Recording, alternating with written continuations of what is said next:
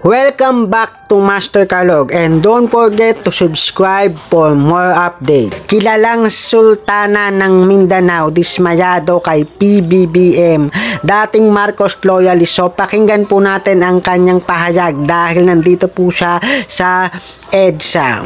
Ako natatakot at bago ko po umpisahan ang aking mahabang komento sa ating nakaupang mga leader sa Kongreso, lalong-lalo na sa ating presidente.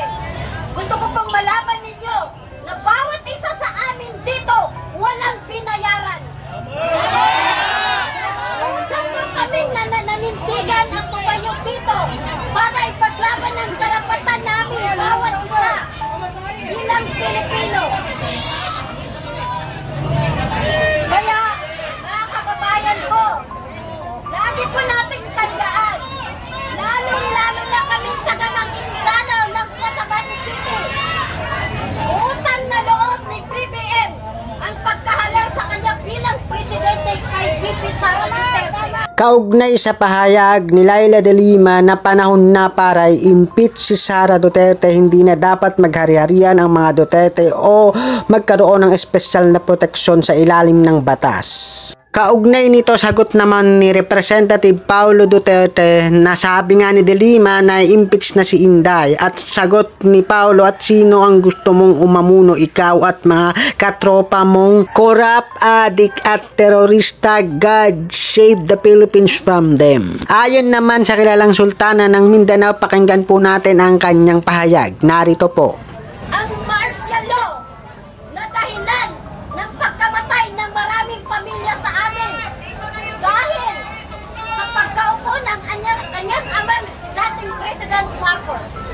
Pero nagtiwala ang taong bayan, nagtiwala ang mga Muslim, lalong-lalo na sa Maguindanao, sa mga Marcos dahil kay VP Sara Duterte. Mabuhay ang Duterte!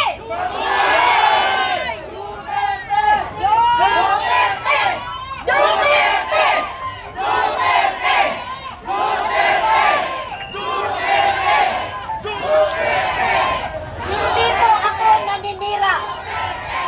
Nagsasabi lang po ako ng aking saloobin. At alam ko, bawat isa sa inyo, kaya kayo nandito para ibahagi ang inyong naranasan sa pamumuno ng bagong administrasyon. Kaya wag po tayong matakot. Lumaban po tayo para sa karapatan natin at para sa karapatan ng mga ating mga anak. Kaya alam ko, kilala po ninyo ako.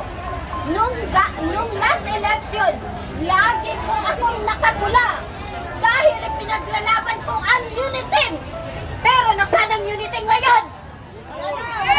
Sinira ni Marcos! Ginawa ninyo sa aming Vice President na ang alam po namin lahat na hindi dahil sa Duterte walang babalik na Marcos sa pagka-presidente. Kaya anong ibig sabihin nun? Manggagamit! Manggagamit! Manggagamit! Manggagamit! Kaya lagi po natin yung tandaan, mga kababayan ko.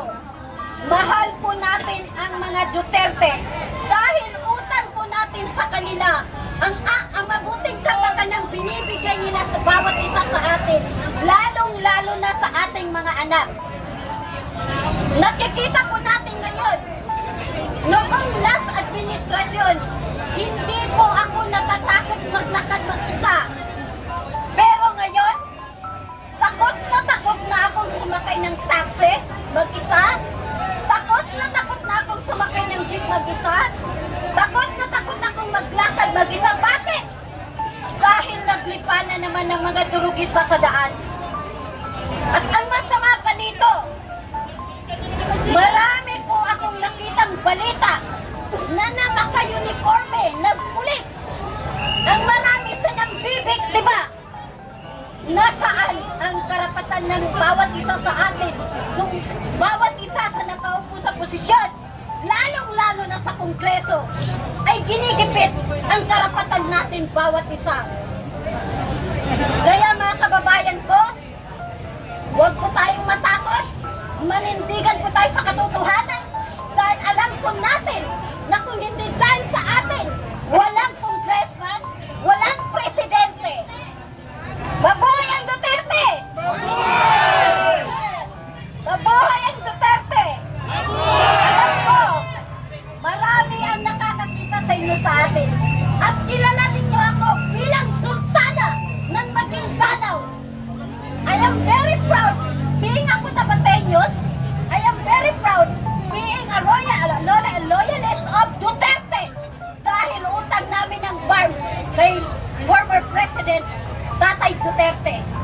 Kung hindi dahil kay Tatay Duterte, hindi namin makamit ang farm. Marami pong presidente ang dumaan, pero hindi. Marami pong namatay sa gyera, pero hindi namin nakuha ang farm. Nung napaupo si Tatay Duterte, nakamit namin ang farm kay mabuhay ang Duterte! Mabuhay ang Duterte! Duterte! Duterte! Duterte! Duterte!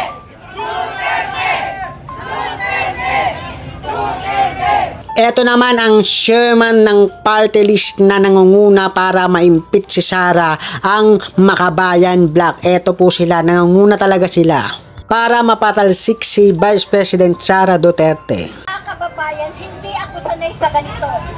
Pero nakikita ko kayo bawat gabi sa balita. Kaya naiiyak ako. At nakukonsensya ako na hindi kayo samahan dito. Kahit alam ko na marami sa aking mga kaibigan ang nagagalit ngayon. Dahil alam nila na ang pinaglalaban natin ay kalaban nila. Alam natin, ang ayaw nila ay ang totoong leader na nagmamahal sa taong bayan at nagmamahal sa ating bansa. Hindi katulad ng iba dyan na nagpapayaman sa kaban ng bayan. Mga walang hiya. Babayang Duterte! Alam ko mga congressman, naririnig niyo ako, nakikita niyo ako. At alam ko, malay ko isang araw ako naman ipakulong ko, pero hindi ako natatakot. Bilang mastura, bilang Cotabateños, lalaban kami para ipaglaban ang karapatan ng bawat isa sa amin. Maraming salamat po at patuloy po tayong lalaban. Mabuhay ang Duterte! Kaya magandang gabi sa inyong lahat at mahal na mahal ko kayong lahat mga ka-Duterte. O si ate naman, si ate.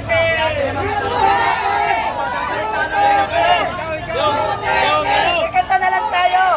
Yung chairman ng ISTA. Oh, yung taga-ISTA. Eh, magpaparat yung saro. Yung taga-ISTA, inihintay ko. Ay! Patay! Oh, yung taga-ISTA. Hindi, Sara Care naman. Si Sara Care naman.